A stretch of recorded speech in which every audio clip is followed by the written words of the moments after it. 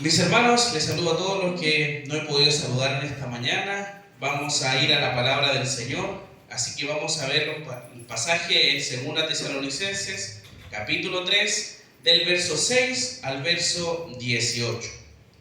2 Tesalonicenses, capítulo 3, versículos del 6 al 18.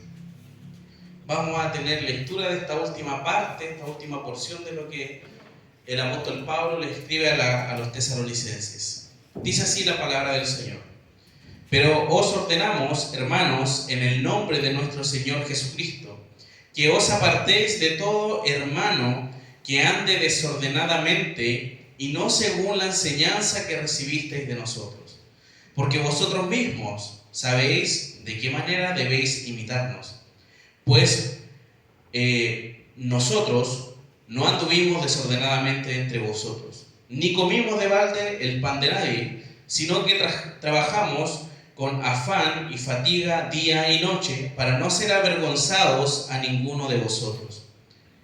No porque no tuviésemos derecho, sino por dar nosotros mismos un ejemplo para que no nos imitéis.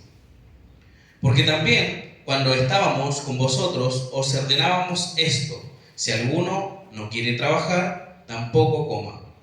Porque oímos que algunos de entre vosotros andan desordenadamente, no trabajando en nada, sino entrometiéndose en lo ajeno. A los tales mandamos y exhortamos por nuestro Señor Jesucristo, que trabajando sosegadamente coman su propio pan. Y vosotros, hermanos, no os canséis de hacer el bien. Si alguno no obedece a lo que decimos por medio de esta carta, a ese señaladlo y no os juntéis con él, para que se avergüence. Mas no lo tengáis por enemigo, sino amonestadle como a hermano. Y el mismo Señor de paz os dé siempre paz en toda manera.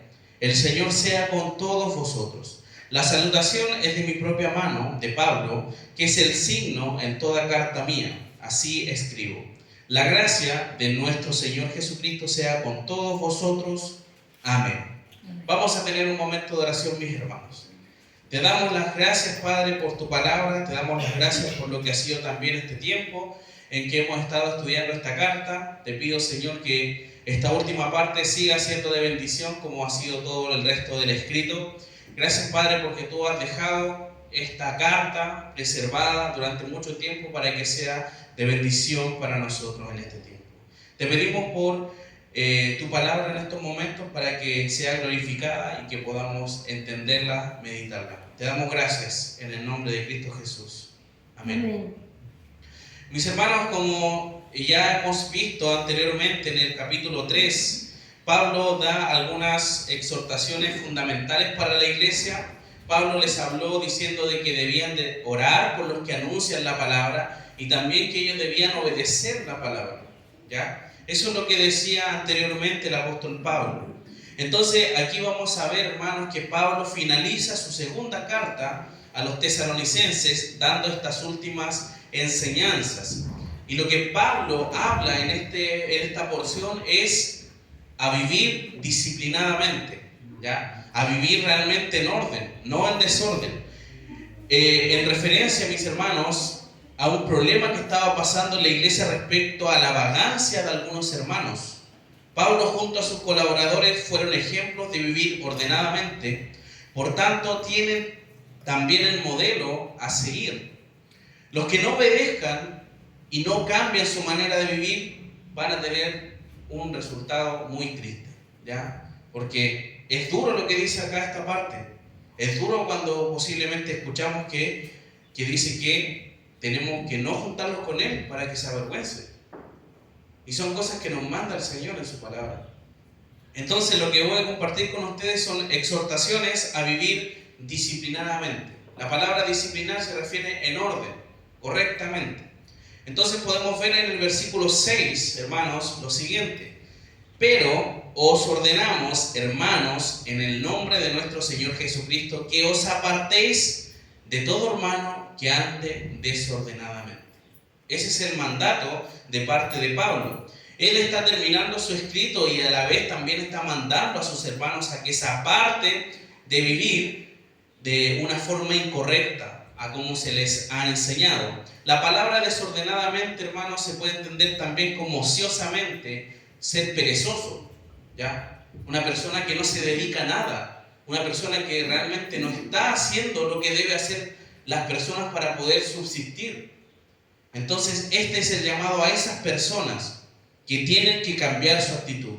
La autoridad de este mandato no descansa en Pablo, sino que él dice en el nombre de nuestro Señor Jesucristo. No es un mandato de él, no es algo que a él se le haya ocurrido, sino que en el nombre de Cristo él está hablando, porque él está bajo su autoridad. La autoridad de Cristo es la que está hablándole a los tesalonicenses. Pablo ya había hablado sobre este mismo tema a los tesalonicenses, pero aparentemente en la primera carta no había tenido un buen resultado. Acompáñame por favor un poquito más atrás en la primera carta de los tesalonicenses, en el capítulo 4, versículos 11 y 12, dice lo siguiente: y que procuréis tener tranquilidad y ocuparos en vuestros negocios y trabajar con vuestras manos de la manera que os hemos mandado, a fin de que os conduzcáis honradamente para con los de afuera y no tengáis necesidad de nada. Eso se lo dijo en la primera carta.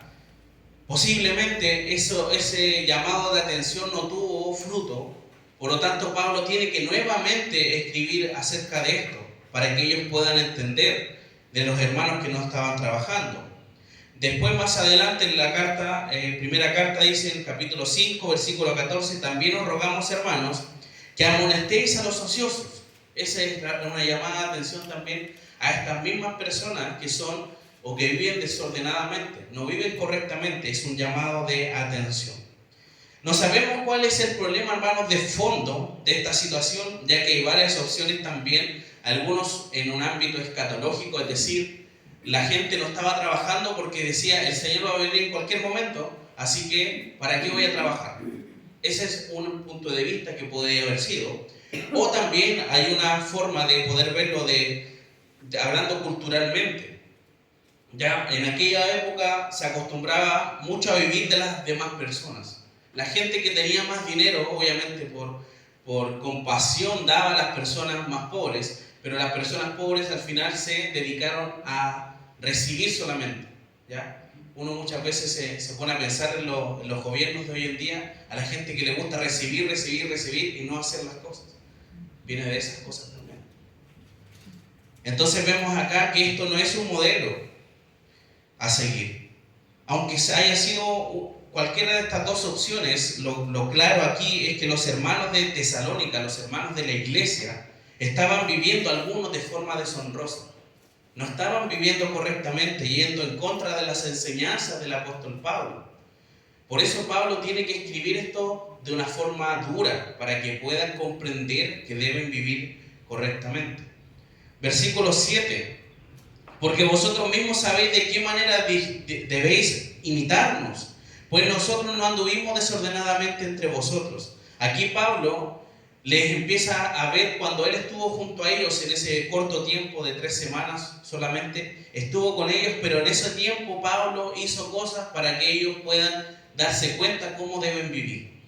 Entonces, los tesalonicenses pudieron ver de primera fuente el trabajo de Pablo, el testimonio de él y el ejemplo de estos misioneros que estuvieron junto a él por un tiempo en Tesalónica. Y vemos que Pablo sabe que ellos entienden cómo deben vivir. No es una cosa que no sepan, no es una cosa que desconozcan. Ellos saben cómo hacerlo. Entonces deben imitar lo que Pablo les hizo en aquel tiempo, hizo en el trabajo en Tesalónica. Pablo, cuando estuvo con ellos, no vivió de las limosnas o vagancias, sino que trabajó esforzadamente para no hacerle ninguna carga a ellos. Eso lo dice en la primera carta también, y lo sigue diciendo después en el versículo 8, que dice: ni comimos de balde el pan de nadie, sino que trabajamos con afán y fatiga día y noche para no ser gravosos a ninguno de vosotros. Entonces Pablo repite algo que ya había escrito en la primera carta para volverles a hacerles entender que deben vivir de forma correcta. Entonces vemos acá que sin buscar ninguna cosa para que ellos pensaran que era un falso maestro. En aquel tiempo, si alguien estaba haciendo cosas para tener ganancia, era una demostración de que estaba mintiendo o quería hacer las cosas por engaño. Pero Pablo, aunque tenía derecho, porque vemos en la Escritura también que dice que el que predica el Evangelio, que habla del Evangelio, que viva del Evangelio. Era un derecho también de él. Pero sin embargo, él no lo quiso hacer para que no pensaran que él era un falso maestro, tratando, entre comillas, de adquirir alguna cosa. Entonces vemos acá que él trabajó y se esforzó. En la primera carta, volviendo a la primera carta nuevamente, vamos a ver algunos versículos de esa forma también que vuelve a ratificar en el capítulo 2 de la primera carta a los tesalonicenses, versículo 9, dice: porque os acordáis, hermanos, de nuestro trabajo y fatiga, como trabajando de noche y de día, para no ser gravosos a ninguno de vosotros, os predicamos el Evangelio de Dios. Es decir, les vuelvo a decir, dense cuenta cómo estuvimos nosotros. Nosotros no estuvimos tranquilos, no estuvimos relajados, no estuvimos pidiendo en la calle, estuvimos trabajando. Y esa palabra trabajar se refiere a estar ya muy cansado, a estar fatigado del trabajo. Es decir, ellos se pasaban todo el día. Se dice que Pablo era una persona que hacía tiendas, ¿ya? A eso se dedicaba también mientras hablaba del Evangelio. Entonces podemos decir de que él estaba trabajando, se esforzaba para poder hacer las cosas bien y ser un ejemplo para los hermanos, esos hermanos que eran ociosos y no estaban haciendo su labor, ¿ya? Entonces vemos acá que la expresión ni comimos de balde el pan se refiere a que no comieron gratuitamente el pan, ¿ya? Gratuitamente se refiere a esa palabra de balde. Entonces Pablo en estos versos, hermanos, está mostrando a partir del ejemplo que fueron testigos los hermanos de Tesalónica para que ellos lo imitaran, ¿ya? Pablo hizo estas cosas con el objetivo de que ellos entiendan que toda persona debe trabajar para tener su sustento. Ninguna persona debiese vivir de lo que le dan, sino que esforzarse para conseguir ese preciado valor económico, ya sea el dinero o alguna especie en alimento. Versículo 9, ya del capítulo 3 de 2 Tesalonicenses, dice: no porque no tuviésemos derecho, dice Pablo, sino por dar nosotros mismos el ejemplo para que nos imitases. Por eso les decía, Pablo tenía todo el derecho de poder hacerlo, porque él como apóstol menciona claramente que los que enseñan la Escritura, la palabra de Dios, ellos vivan de lo que es el Evangelio, vivan de lo que ellos hacen. También se nos dice en Gálatas capítulo 6, versículo 6, dice: el que es enseñado en la palabra, haga partícipe de toda cosa buena al que lo instruye, ¿ya? Es decir, la persona que está enseñando es la persona que se gana, podríamos decir, su dinero, obviamente ejerciendo esta labor de predicar el Evangelio.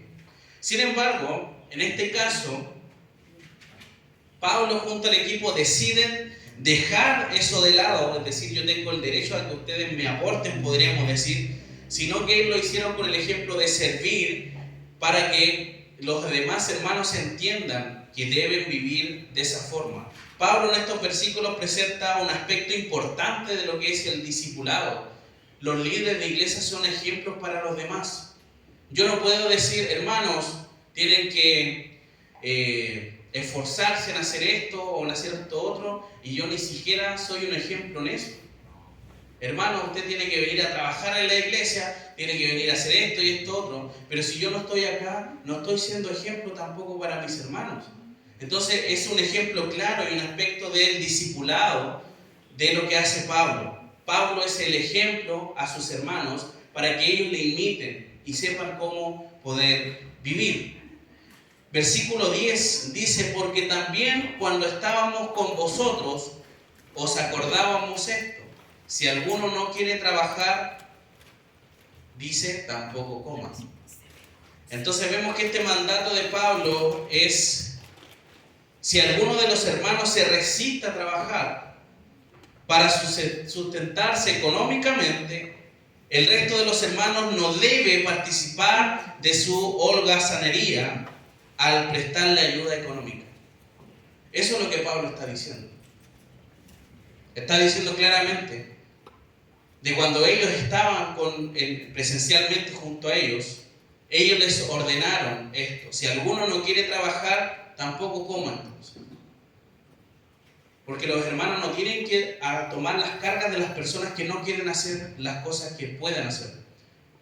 Me explico. Una persona que puede trabajar, una persona que hace y que puede hacerlo, no es una cosa que sea una imposibilidad y que viva de la limosna o de la ayuda de los demás. Eso no es correcto y ese no es un buen ejemplo para el pueblo de Dios.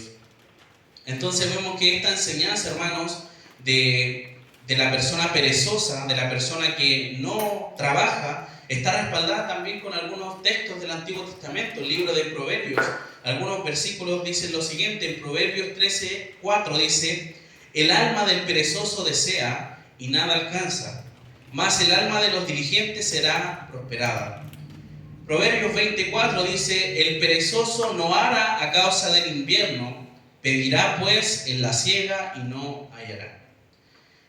Proverbios 21:25: el deseo del perezoso le mata, porque sus manos no quieren trabajar.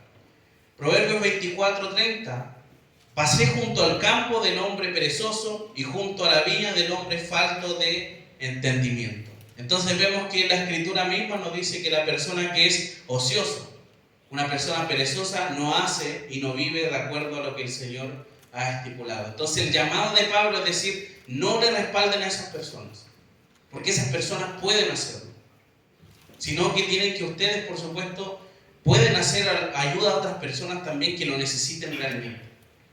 Pero hay personas que, inclusive no siendo del pueblo cristiano, podríamos decir, gente común y corriente, engaña a la gente pidiendo cosas en la calle. Y hay tantas cosas que uno puede ver a través de la televisión, también algunos reportajes que se han dado cuenta de gente cómo engaña, haciéndose pasar por una persona discapacitada. Entonces, imagínense el mal testimonio que causa eso.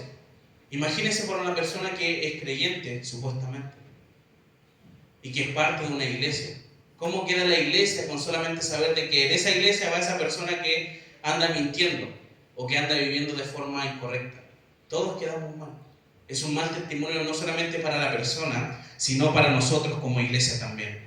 Versículo 11: porque oímos que algunos de entre vosotros andan desordenadamente, no trabajando en nada, sino entrometiéndose en lo ajeno. Entonces vemos acá que Pablo habla de algunos que pertenecen a la iglesia, tienen una forma de vida que depende del auxilio económico ajeno. Esto hace referencia a que no se están dedicados a nada, en el sentido de que nada provechoso hay para su propio sustento. Es diferente a que una persona tenga necesidad económica en algunas cosas, de repente su trabajo no le ayuda a pagar o a hacer todo lo que él tenga, pero está trabajando, se está esforzando. Pero a diferencia de una persona que sea una persona vaga, porque esa es la palabra, una persona que no se esfuerza en poder salir adelante, eso es realmente un mal testimonio y no está trabajando. Y acá claramente dice que el problema que esta persona está pasando es que no simplemente no es que no esté trabajando, sino que además se está entrometiendo en algo ajeno. Imagínense esas personas que de repente se preocupan más de lo que hace la otra persona que de su propia vida, siendo que no hace nada, podríamos decir, solamente se entromete, hace cosas que realmente no ayudan a nadie o de repente no ayudan a una construcción. Imagínense que ande alguien mirando solamente y ni siquiera ayudando a hacer algo pequeño, por último pasarle la herramienta. Esas personas así, hermanos, son realmente un mal testimonio en su vida personal y también si es creyente para la iglesia. Aquí Pablo le está hablando a la iglesia y le está hablando a creyentes. Es decir, que los creyentes pasan por estas situaciones también. Y por eso es importante que nosotros como iglesia entendamos y la hablemos. Es diferente cuando hay una situación económica puntual, sí. Pero cuando ya es algo repetitivo y es una vida de esa forma, no es correcto. Y nosotros caemos en respaldar o en aportarle a él y incentivando su pecado. Eso es algo que tenemos que tener claro. Versículo 12: a los tales mandamos y exhortamos por nuestro Señor Jesucristo que trabajando sosegadamente coman su propio pan. Pablo nuevamente manda y exhorta, y no exhorta solamente con su autoridad, sino que dice en la autoridad del Señor Jesucristo. La idea es que los hermanos se dediquen a realizar labores productivas y no sean cargas de otras personas. Pablo ha dado un énfasis muy importante en los versos respecto al trabajo. Si usted ve y señala cuántas veces dice la palabra trabajo o una idea de trabajo, son varias. Porque este pasaje habla acerca de eso, ¿ya? De vivir realmente en el trabajo, de honrarse con el trabajo. Entonces vemos acá de que la forma de llevar una vida que provee, no solo personalmente, sino también hacerlo para la familia e inclusive para ayudar a otros necesitados, porque esa sí es la forma correcta. Cuando nosotros ayudamos a la gente necesitada, que sabemos que por alguna razón no puede trabajar y no se puede desempeñar, a esas personas sí necesitamos ayudarlos. Pero a personas que sabemos que pueden trabajar, pero realmente no hacen nada, esas personas no debiésemos darle nada. No es por ser una persona así egoísta, no, sino para hacerle ver que está mal y que puede hacer las cosas mejor. Es importante que nosotros llamemos la atención a esas personas, porque si no le vamos a seguir haciendo un mal callándonos. Es importante, y dice claro acá en la autoridad de Cristo, dice que trabajen sosegadamente y coman su propio pan. No le anden pidiendo a las personas, no le anden pidiendo a los mismos hermanos, que era una situación que estaba pasando en la iglesia. Los hermanos estaban ya saturados con el contexto que hemos estado viendo, con las persecuciones, con los ataques de la gente, y más encima tener que ayudarles a los otros hermanos que no quieren trabajar, llevarle su ociosidad. Entonces todas esas cosas se estaban juntando dentro de eso, y por eso Pablo tiene que hablar duramente, porque es una palabra dura que menciona acá. No cualquier persona se atrevería quizá a llamarle la atención a una persona que vive así, pero si somos hermanos y si somos familia en Cristo, debiésemos hacerlo. Debiésemos hacerlo porque es lo que el Señor nos dice en su palabra. Versículo 13. Y vosotros, hermanos, no os canséis de hacer bien. ¿Ya? Entonces Pablo invita a sus hermanos a que no se desanimen obrando bien o haciendo las cosas bien. El contexto tendría relación, mis hermanos, a continuar ayudando a los que necesitan de abrigo o de alimentación. El foco, mis hermanos, en este pasaje recae sobre aquellos que rehúsan trabajar pudiendo trabajar. Es diferente, y quiero que quede muy claro, que no es una cosa que no ayudemos, sino que a quién ayudamos. Ayudamos a una persona que puede trabajar, que inclusive teniendo quizás trabajo no aprovecha bien su trabajo, no es responsable, o ayudar realmente a una persona que no puede trabajar por una discapacidad, o porque realmente no le ha ido bien en búsqueda de trabajo. A esas personas sí. Y eso es lo que Pablo está diciendo, que no se cansen de hacer el bien. No se cansen de eso, porque eso es lo correcto y tienen que hacerlo. No está diciendo Pablo no ayuden a nadie. Está diciendo que ayuden a las personas que lo necesitan, verdaderamente. Y aquí en el versículo 14, hermanos, habla algo interesante. Pero antes de eso, en Gálatas capítulo 6, versículos 9 y 10, habla también respecto a hacer el bien. No solamente a las personas fuera de la iglesia, sino principalmente a los de la iglesia. Dice, no nos cansemos pues de hacer el bien, porque a su tiempo segaremos, si no desmayamos. Así que, según tengamos oportunidad, hagamos bien a todos, mayormente a los de la familia de la fe. ¿Ya? Pablo no es una cosa que no se ayude, sino que usted entienda a quién persona le quiere ayudar. Una persona que realmente puede trabajar, tiene las habilidades para hacerlo, pero no quiere, eso ya es algo que no es correcto. Y el versículo 14, hermanos, es un versículo ya duro, ¿ya? Y el versículo 15 también. Si alguno no obedece a lo que decimos por medio de esta carta, imagínense, Pablo está hablando realmente duro en esta parte, a ese señaladlo y no os juntéis con él para que se avergüence. Imagínense, hermanos, imagínense. Pablo realmente está hablando de una forma dura, pero es una forma que sí se debe hablar.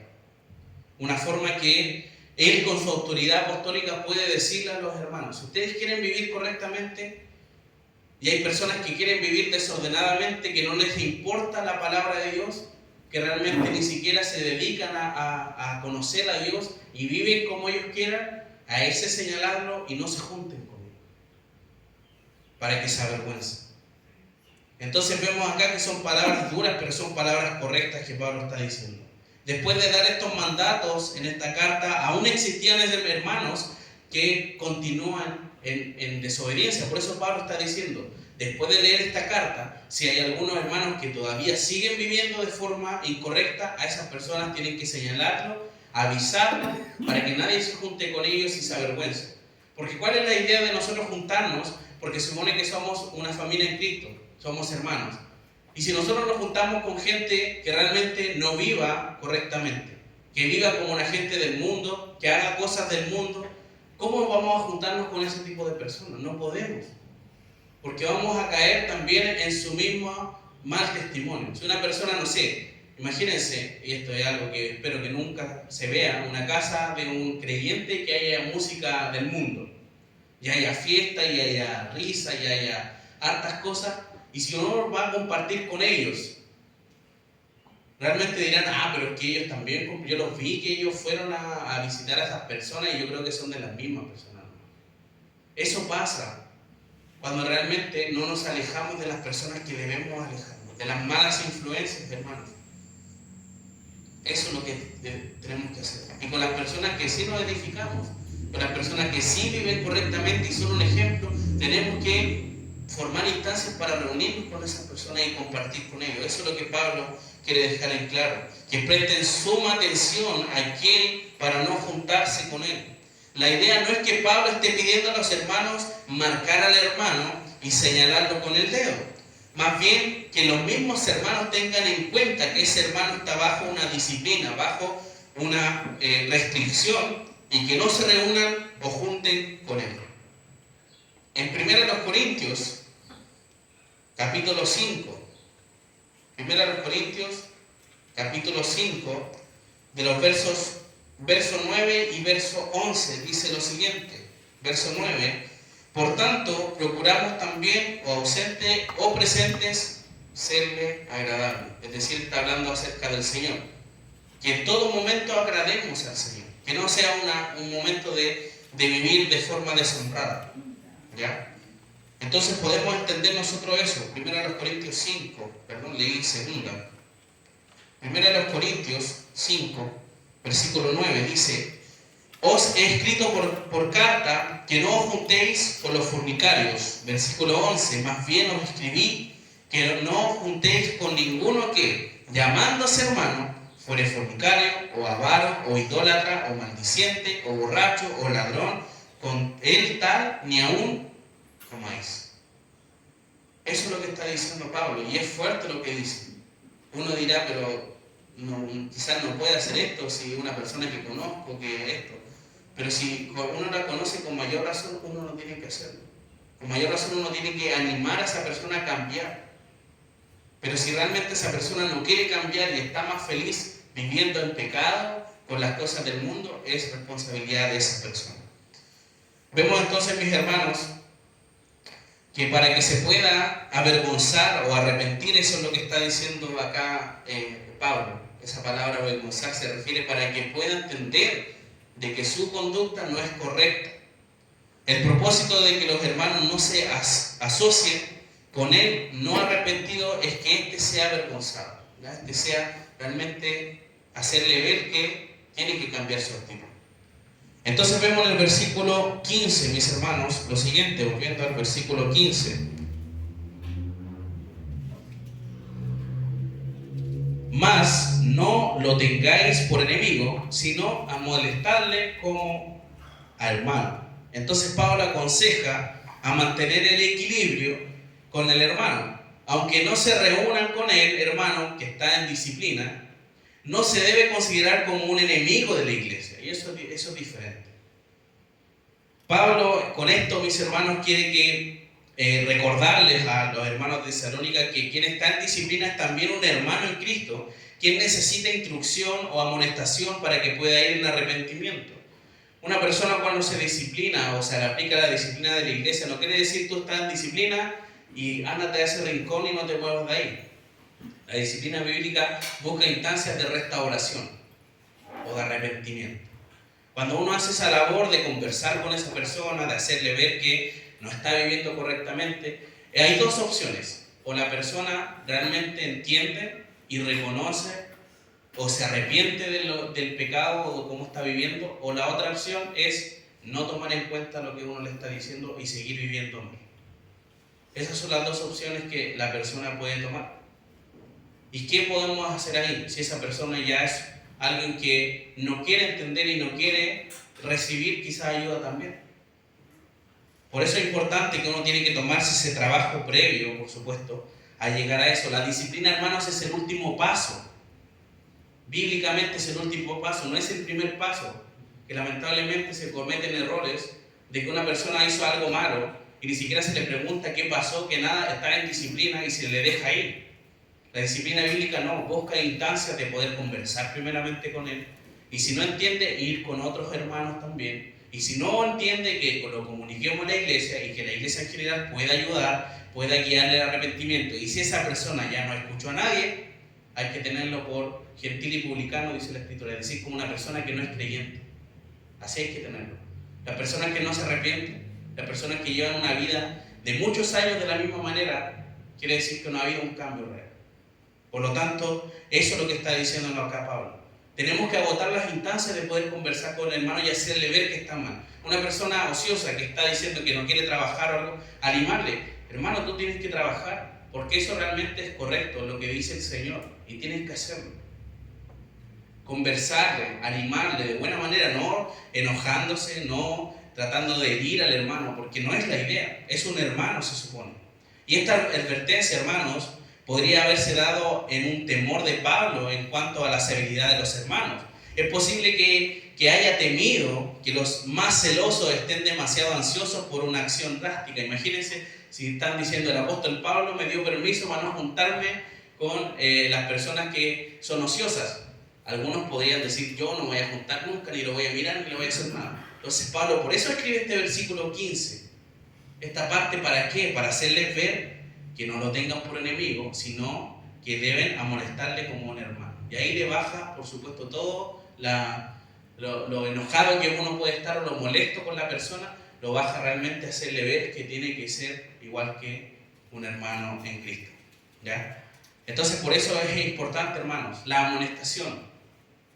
Decir las cosas, pero en amor, y decirlas con fundamento. No podemos ir a amonestar a alguien porque sí, porque se me ocurrió, porque yo pienso que es así, sino con hechos, con fundamentos, con pruebas de que posiblemente no estás bien y tienes que cambiar. ¿Ya? Versículos 16 al 18 es la última parte de este escrito de Pablo. Ya está finalizando y como es normal, Pablo siempre da palabras de bendiciones. Palabras de bendición a los hermanos que le está escribiendo. Entonces dice: el mismo Señor de paz os dé siempre paz en toda manera. El Señor sea con todos vosotros. La salutación de mi propia mano, de Pablo, que es el signo de toda carta mía, así escribo. La gracia de nuestro Señor Jesucristo sea con todos vosotros. Amén. Pablo les desea paz a los hermanos. Y uno pensará: ¿será un saludo normal o será porque realmente entiende la situación que están pasando? Los tesalonicenses, yo creo que lo que más necesitan es paz. ¿Por qué? Porque recuerden, ellos estaban viviendo bajo tribulaciones, bajo ataques, bajo pensamientos que les decían: el día del Señor ha llegado, ya están todos perdidos prácticamente, por eso están sufriendo. Imagínense cómo estaban viviendo los hermanos. Ellos necesitan paz, y también paz para poder amonestar a los hermanos ociosos, a los que no quieren trabajar, a los que estaban diciendo: si el Señor ya va a venir, ¿para qué voy a trabajar? Voy a malgastar mi tiempo, para eso me dedico a disfrutar. No debe ser eso. Entonces, por eso Pablo les dice: que el mismo Señor de paz os dé siempre paz en toda manera. No por cualquier cosa Pablo dice estas palabras, sino porque entiende el contexto de vida que estaban llevando los hermanos en Tesalónica. Pero sin embargo, algo bien interesante que podemos ver esto, que aunque ellos estaban pasando por todas estas situaciones, ellos estaban siendo un ejemplo de iglesia de igual manera. Una iglesia que soportaba el sufrimiento, una iglesia que estaba creciendo en amor, en fe, en paciencia. Es un ejemplo, por supuesto, para todos nosotros. Entonces vemos acá que esto tiene relación con las instrucciones de disciplina en la iglesia. Los hermanos van a necesitar paz para implementarlas correctamente. También es probable que Pablo tenga en vista, como les decía, el contexto general y todos los problemas que estaban pasando en la iglesia. Aquí Pablo se identifica como el autor de la carta y quien escribe estas últimas palabras del saludo final de esta carta. Posiblemente antes normalmente se tenían a los escribas o escribanos, que les decía también que eran personas que posiblemente tenían una mejor letra y podían escribir una carta para que sea entendible para toda persona. Posiblemente, y esto es algo que yo pienso, que Pablo, esta última parte, tomó él el lápiz y escribió, para que los hermanos conozcan su letra y conozcan cómo escribe. Es como una forma de firma que hoy en día uno puede conocer, una firma, ya esta carta es de tal persona porque así es su firma, ¿ya? Es como esa forma lo que se conoce antiguamente, ¿ya? O un autógrafo, es como eso lo que podemos ver. Este saludo además da peso a los mandatos entregados en esta carta, hermanos. Al identificarse como apóstol abiertamente como el autor de la carta, da una seriedad mayor a los mandatos y a las exhortaciones que hay dentro de esta parte, de esta carta. No está escribiendo cualquier persona, hermanos, está escribiendo un apóstol de Cristo. Y eso es realmente importante. Y por eso el Señor ha preservado los escritos de Pablo, porque él ha sido un ejemplo no solamente a los hermanos de Tesalónica, sino que ha sido un ejemplo para muchas personas, para muchas iglesias. Y no solamente en ese tiempo, hermanos. Nosotros estamos más de 2000 años después y todavía estamos recibiendo las mismas enseñanzas de Pablo hoy en día en nuestras vidas. Entonces, ¿cuál es el llamado de este pasaje hoy en día? Es que nosotros tengamos ojo y cuidado con las personas en que nos relacionamos también dentro de la iglesia, animarles a que puedan dignificar al Señor, que sean dignos de ser un hijo del Señor con su vida, con sus testimonios, que guarden todo eso. El problema de Pablo aquí era para los hermanos que no estaban trabajando, porque ese era el contexto del problema en aquel tiempo. Pero en cada iglesia puede haber un contexto diferente.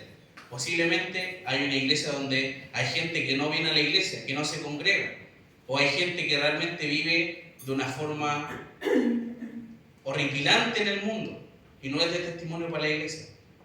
Si ese es el problema, Pablo hubiese escrito acerca de eso en la iglesia. Pero por eso vemos que las iglesias son diferentes. Posiblemente el problema que Pablo tiene en Tesalónica no es el mismo problema que nosotros tenemos aquí en nuestra iglesia local. Pero es similar a lo que Pablo está diciendo. Que se hable claramente, que se instruya claramente y se pueda restaurar a aquel hermano que posiblemente no está viviendo correctamente. Y yo creo que todos nos conocemos acá y no hay una forma de que uno diga de qué estará hablando. Todos sabemos cómo somos, todos sabemos que necesitamos más del Señor, todos sabemos que necesitamos asemejarnos a Cristo. Y eso no se hace de un día para otro, eso no se hace diciendo nadie no voy a recibir ningún consejo de nadie, total voy a seguir al Señor así solo. Las únicas personas que pueden decir algo de los demás es con las personas que yo estoy. Ustedes pueden decir, al pastor le falta esto, le falta esto otro, le falta esto otro, y me lo pueden señalar porque ustedes me ven a mí. Yo muchas veces no me veo a mí mismo. Por eso es tan importante que los mismos hermanos en Cristo a uno le animen y le aconsejen. Posiblemente eso no es correcto lo que estás haciendo. Posiblemente tu vestimenta no es correcta dentro de la iglesia. Tienes que cambiarla por amor a los hermanos y por amor al Señor.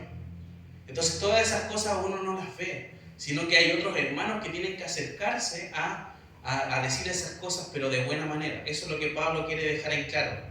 Que debemos amonestarle como hermano, no como un desconocido, no como si fuera nuestro hijo, que posiblemente fuéramos más duros, pero como un hermano debe ser, ¿ya? Ese es el llamado de Pablo.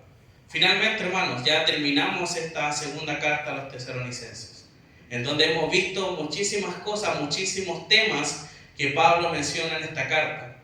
pero por sobre todas las cosas nos llama y nos anima a poder estar firmes ante el sufrimiento, que es algo que siempre vamos a tener hasta que Cristo venga a buscarnos. Hasta que Cristo y hasta que vivamos eternamente por Él vamos a seguir sufriendo por alguna u otra razón. Pero ¿dónde debe estar nuestra mente, nuestro corazón? Buscando las cosas del Señor, como lo estaba haciendo la iglesia de Tesalónica. No se desanimó, que estaba sufriendo, pero estaba buscando al Señor. Y eso uno lo puede hacer de a poco. No quiere decir que uno tiene que tener una dedicación plena, sabiendo que también hay otras cosas que hacer, como el mismo trabajo. Uno tiene que conocerse y saber a qué ritmo puede hacerlo.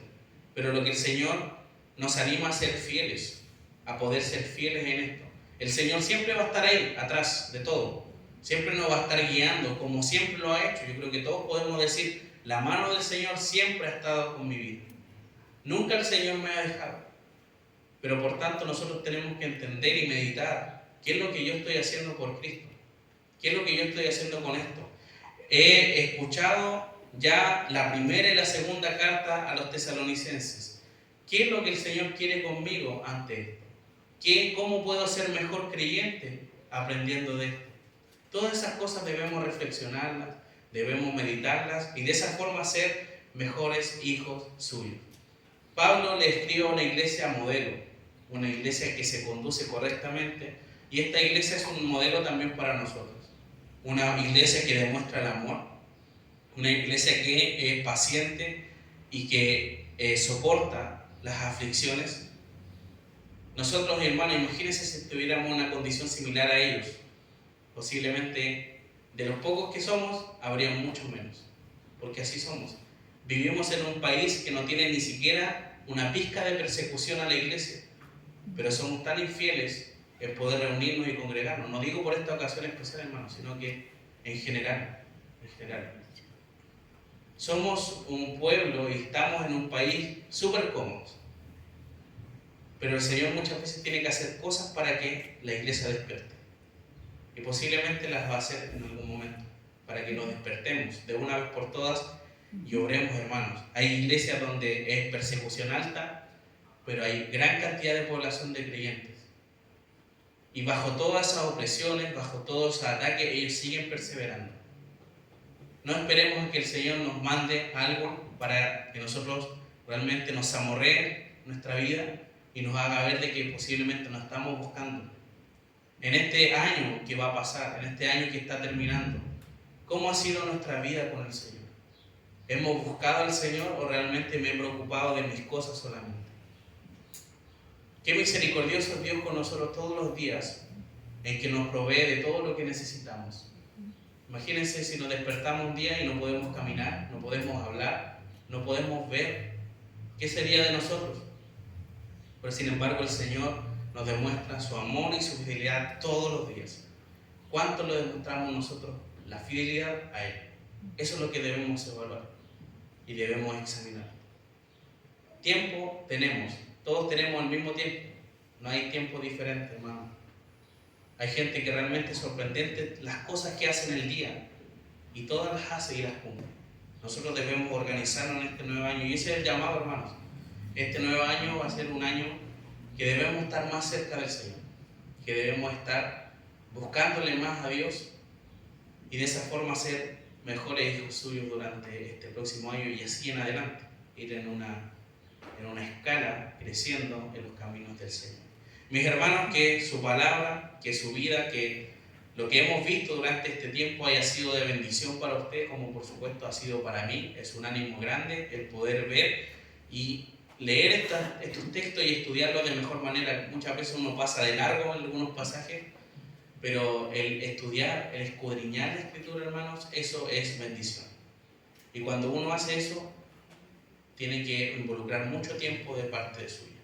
Si nos esforzamos en conocer al Señor, tenemos que invertir tiempo en Dios. Vamos a terminar, mis hermanos, con un momento de oración. Te damos muchas gracias, Padre, porque durante todo este tiempo y durante todo el tiempo que hemos llevado en esta tierra, tú has sido fiel con nosotros. Te damos gracias porque dentro de todas las complicaciones que podamos tener en este mundo, tú nos sigues sosteniendo cada día. Gracias por tu amor, por tu gracia en cada uno de nosotros. Y te pedimos que en este último domingo de este año podamos analizar y podamos ver cómo está nuestra vida. Posiblemente tenemos trabajo, como a diferencia de lo que hemos aprendido hoy día. Pero posiblemente nuestro trabajo espiritual es lo que está semejante a lo que acabamos de ver. Una persona que no busca el poder hacerlo, una persona que no busca el poder cambiar la situación en la que se encuentra espiritualmente hablando, es semejante a lo que estamos viendo ahora. Una persona que hay que realmente hacerle ver que está mal.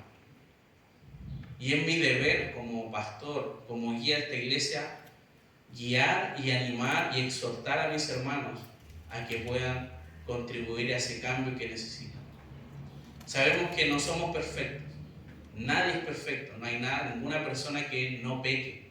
Todos somos pecadores, Señor. Todos necesitamos cambiar y ser más semejantes a ti. Ayúdanos, Padre, en nuestro proceso de crecimiento. Sabemos que este año ha sido un año también difícil con varios cambios, pero te pedimos que nuestro ánimo, nuestro deseo sea cada vez ser más semejantes a ti. Que podamos demostrar el amor, el aprecio, el evangelio a las personas que muchas veces o que posiblemente no te conocen. Ayúdanos, Padre, a trabajar con nuestra vida, con nuestro testimonio, para que la iglesia local, esta iglesia de Chillán, siga por mucho tiempo hasta que tú vengas a buscarnos. Te damos las gracias y pedimos tu bendición. En el nombre de Jesús. Amén.